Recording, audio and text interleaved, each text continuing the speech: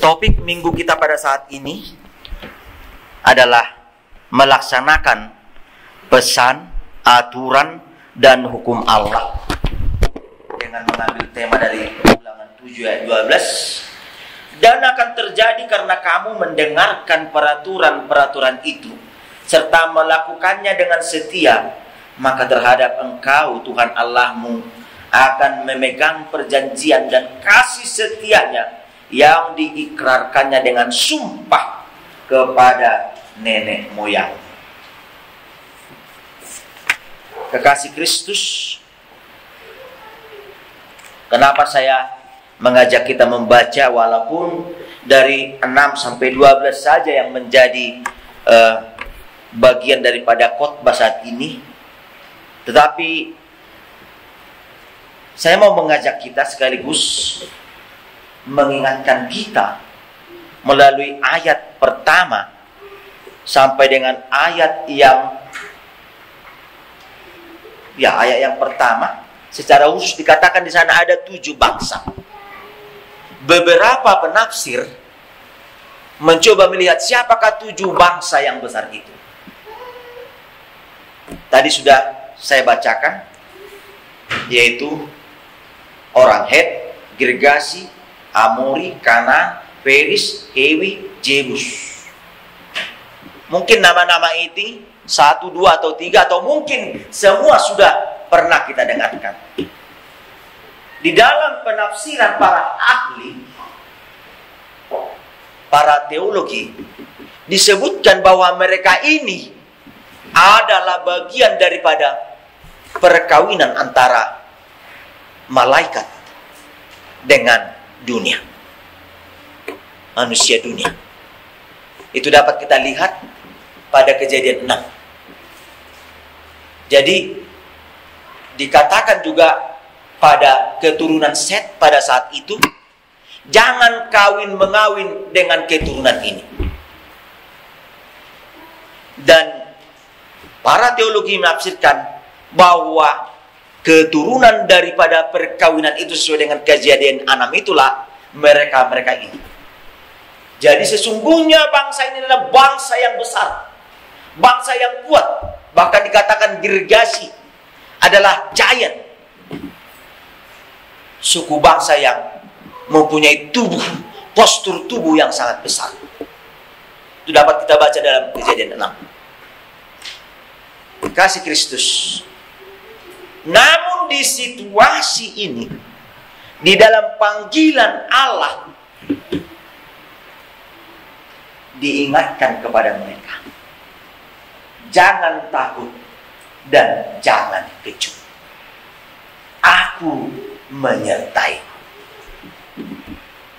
Itu yang kita lihat di dalam ayat 12 itu. Kebersamaan dan diam, taat, berserah kepada Tuhan melalui PAH-nya itu, peraturan, aturan, dan hukum Allah, akan mengingatkan Allah akan kasih setia yang Allah sendiri telah mengikrarkannya dengan sumpah kepada nenek moyang. Lalu mari kita melihat rentetan peristiwa sejarah daripada pemilihan umat Israel. Allah memanggil Abraham keluar dari Ur Kasdim. Keluarlah dari tanah nenek moyangmu. Tinggalkanlah itu. Aku akan memberikan kepadamu satu tanah perjanjian. Inilah start awal. Dan inilah menjadi momentum yang sangat penting bagi Abraham.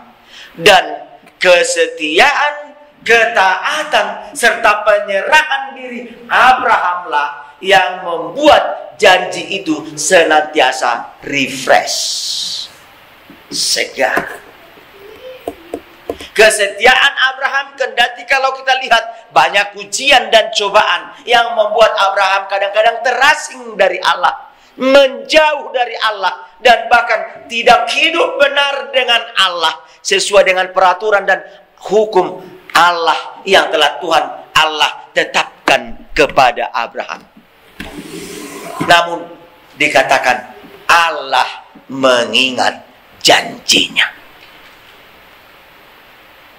Inilah tahapan-tahapan yang kita lihat bagaimana Allah dan ikrar yang telah dinyatakannya senantiasa komit, konsisten, dan senantiasa ingat akan janjinya. Kendati silih berganti di tengah kehidupan, namun Allah adalah Allah kasih.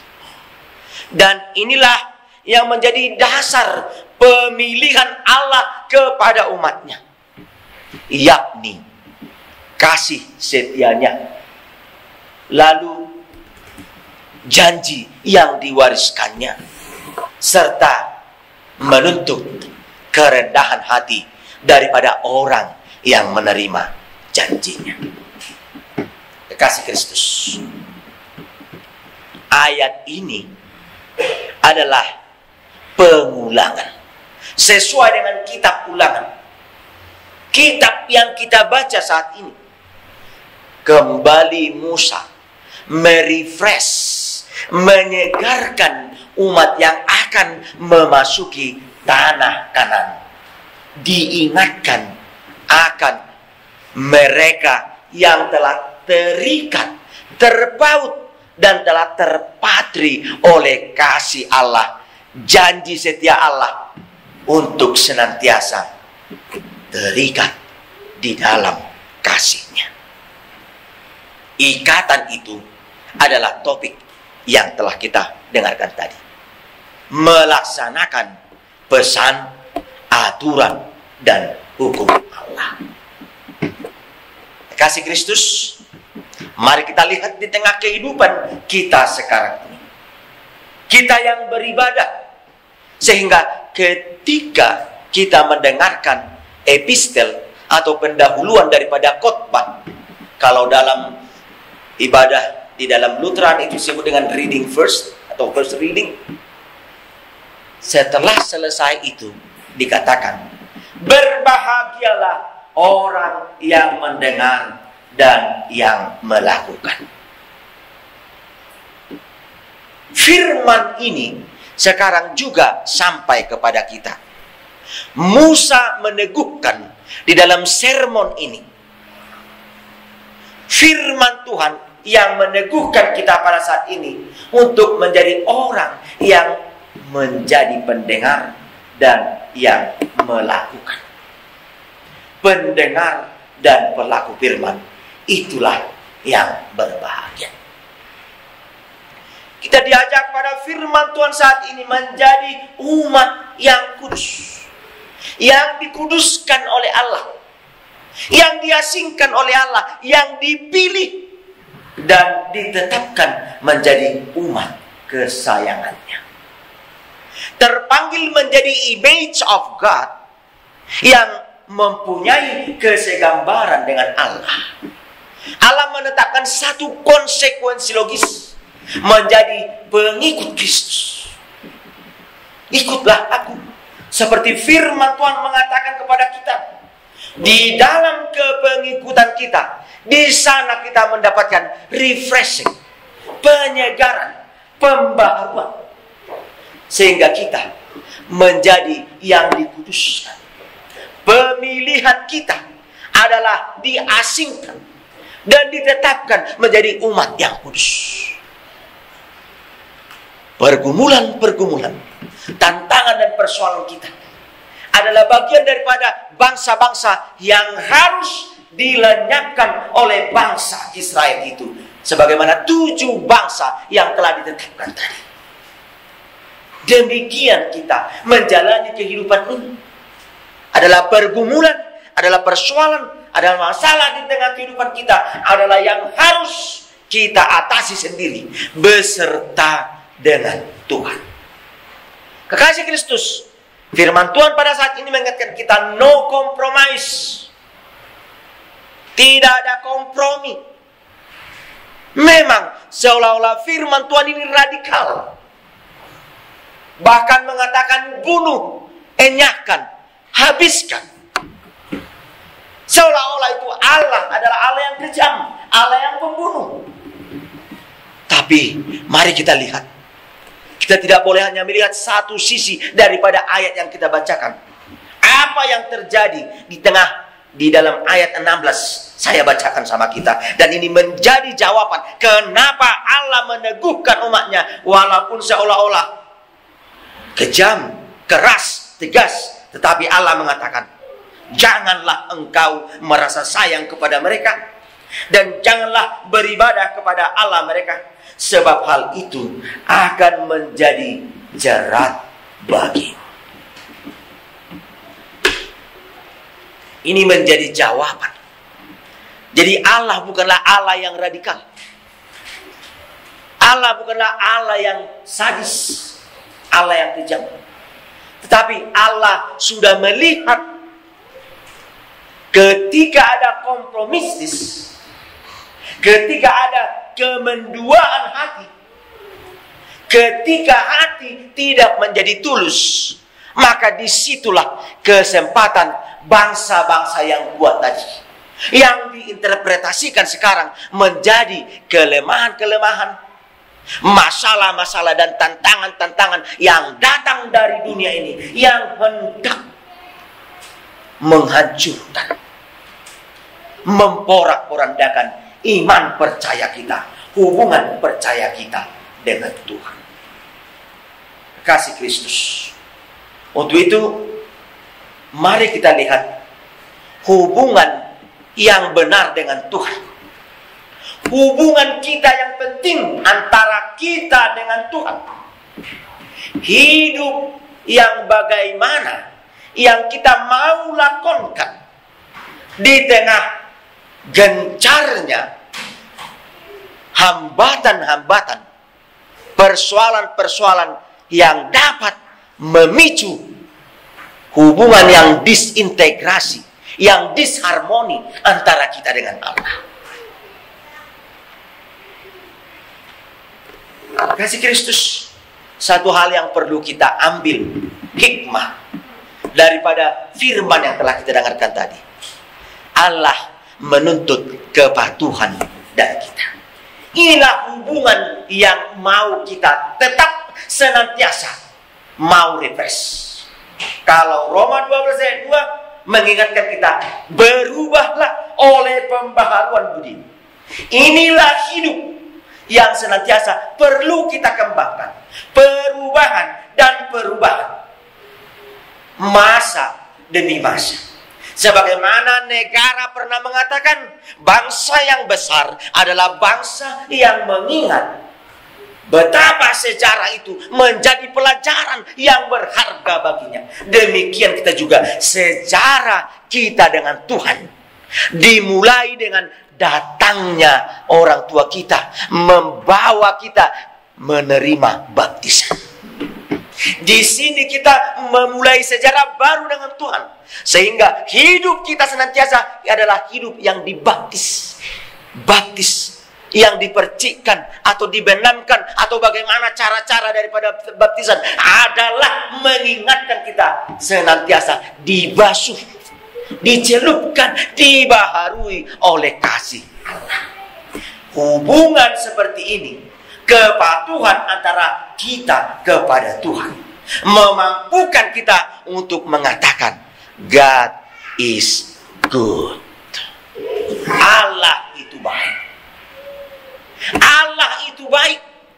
Baik, kita menyatakan baik di dalam perkataan dan baik di dalam perbuatan. Kekasih Kristus, Allah telah memilih engkau. Allah telah memilih kita. Apa pemilihan yang telah Tuhan tempatkan dalam kehidupan kita? Kalau saya boleh mengatakan, Allah telah memilih engkau, aku, kita di tempat ini, daripada saudara-saudara kita yang tetap ada di Indonesia atau di Bonapasuki. Lalu apa untungnya bagimu? Artinya Allah mau mempertanyakan kepada kita. Engkau telah kuberikan, chosen, pemilihan, menjadi duta daripada keluargamu, duta daripada bangsamu di tempat ini. Apa untungnya bagimu dan apa nikmatnya, sukacitanya bagiku? Demikian firman Tuhan. Kasih Kristus, firman ini mau menunjukkan kepada kita bahwa Allah lebih besar daripada Allah lain atau ilah lain. Ini yang mau kita tegaskan, sebagaimana umat Israel pada saat ini ditegaskan, diteguhkan oleh Allah. Kendati di sana ada Allah, di sana ada Allah, ilah. Tetapi ingatlah, Allah Maha Besar, Allahu Akbar, adalah Allah yang mengatasi segala ilah yang ada ini. Ilah-ilah dari 7 bangsa ini dapat dikalahkan dengan bagaimana kesetiaan dan ketaatan.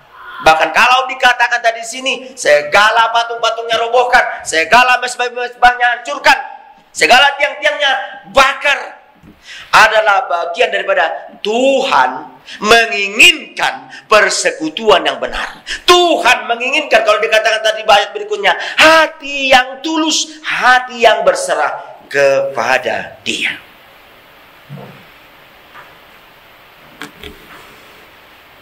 Allah lebih kuat daripada segala Allah lain. Allah lebih kuat daripada dolar. Percaya? Silakan jawab. Apakah Allahmu lebih kuat daripada dolar?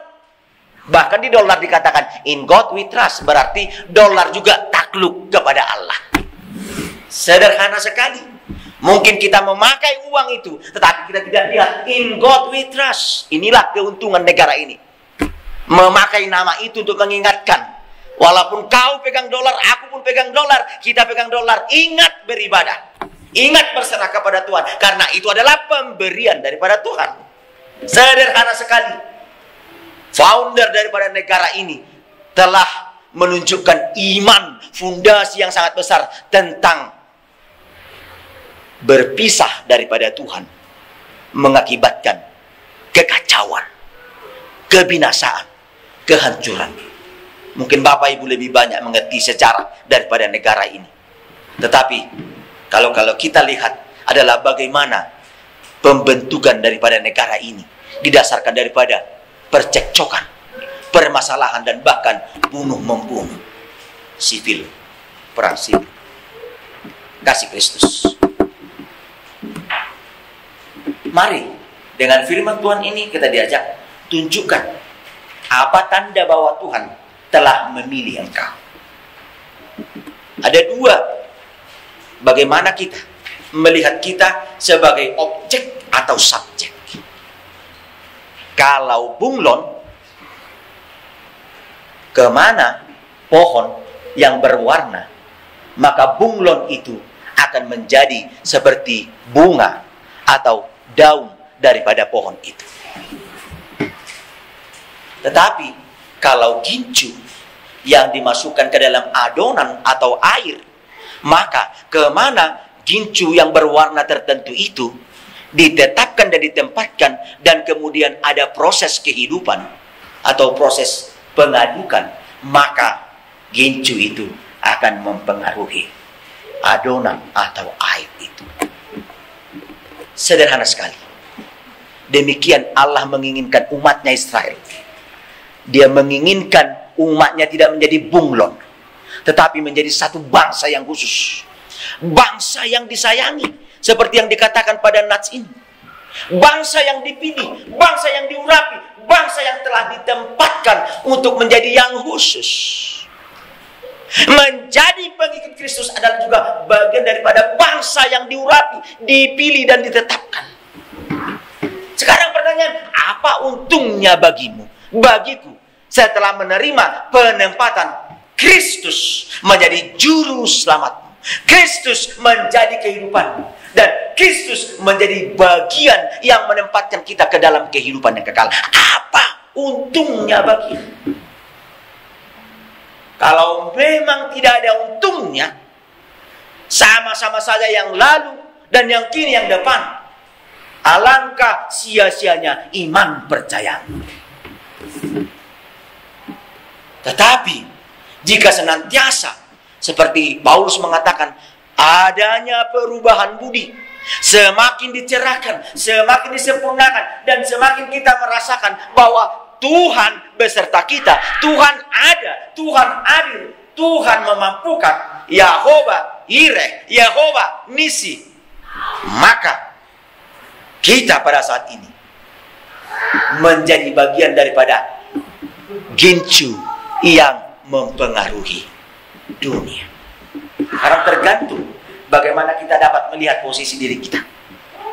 Apakah masalahmu, persoalanmu menjadi pengikat bagi engkau, tidak dapat datang bersekutu, tidak dapat datang untuk bersaksi, maka engkau adalah bunglon di tengah kehidupan ini. Apakah karena masalah persoalan imigrasi sehingga engkau tidak dapat membuat persembahan yang terbaik kepada Tuhan, maka sulit sekali bagi Tuhan untuk mendirikan jawaban bagimu. Tetapi Tuhan mengatakan, "Sai patu pamai alani Tuhani." Lakukanlah itu kepada Tuhan tanpa balas jasa. Tanpa mengatakan, ya Tuhan, kalau kau berikan, aku dapat kartu. Kalau kau berikan, aku dapat kesempatan. Maka akan kuberikan 1/10. Nonsense. Omong kosong. Kita bukan inisiator. Allah lah pembentuk kehidupan kita. Allah lah yang memampukan kita. Sehingga kita senantiasa menyaksikan mangulah kita jolma. Manusia yang meluku menaburkan benih. Tetapi segala sesuatunya adalah di dalam rencana Tuhan. Imani ini, yakini ini, percaya ini akan memampukan kita mulus kehidupan kita. Tergantung sebagaimana Yesus mengatakan, "Porsea dohodisi," apakah kau percaya? Lalu Yesus sendiri mengatakan, imanmu menyelamatkan. Hidup dalam pesan, hukum, dan aturan Allah akan memampukan kita untuk mampu menunjukkan bahwa Allah itu kuat. Allah itu melebihi daripada segala kekuatan yang lain. Lalu kita yang telah ditempatkan di sini pada saat ini, sebagaimana umat Israel ditempatkan di tanah Kanan. Si tuak ni, apa dikatakan? Tanah Kanan itu adalah tempat susu dan madu. Kitalah bagian daripada susu dan madu itu. Bagaimana kita dapat menyaksikannya di tengah kehidupan sehingga dapat mempengaruhi sekitar. Tidak usah jauh-jauh, kehidupan berkeluarga saja dulu dapat saling mempengaruhi sehingga tercipta suasana yang harmoni di tengah keluarga. Suasana yang dapat kenyamanan antara suami dan istri atau orang tua kepada anak. Ini yang memampukan kita untuk dapat berharmoni di tengah persekutuan kita. Bagaimana kita bersaksi keluar, sedangkan ke dalam saja kita masih ada disintegrasi, masih ada disharmoni, masih ada pemicu yang datang dari diri kita sendiri, yang datang dari permasalahan kita sendiri, persoalan kita sendiri. Kalau wise man said, wisdom said, yang besar dikecilkan, yang kecil dihilangkan. Dapatkah kita melaksanakan di tengah persekutuan kita pada saat ini, mengecilkan yang besar dan menghilangkan yang kecil untuk segala persoalan masalah? Karena setiap saat kita dihadapi dan menghadapi sebagaimana umat yang berjalan di wilderness ini tidak pernah tenang. Kalau enggak panas, dingin, kalau enggak kalajengking, apalagi ular, dan berbagai ragam persoalan yang menjadi aplikasi di tengah kehidupan kita sekarang ini. Tetapi umat itu sampai. Umat itu sampai kepada tujuan. Bagaimana sekarang kita sebagai yang dipilih, yang ditetapkan, yang dimampukan oleh Tuhan untuk mengatakan, "Here I am Lord, send me. Di sini aku Tuhan, utuslah aku.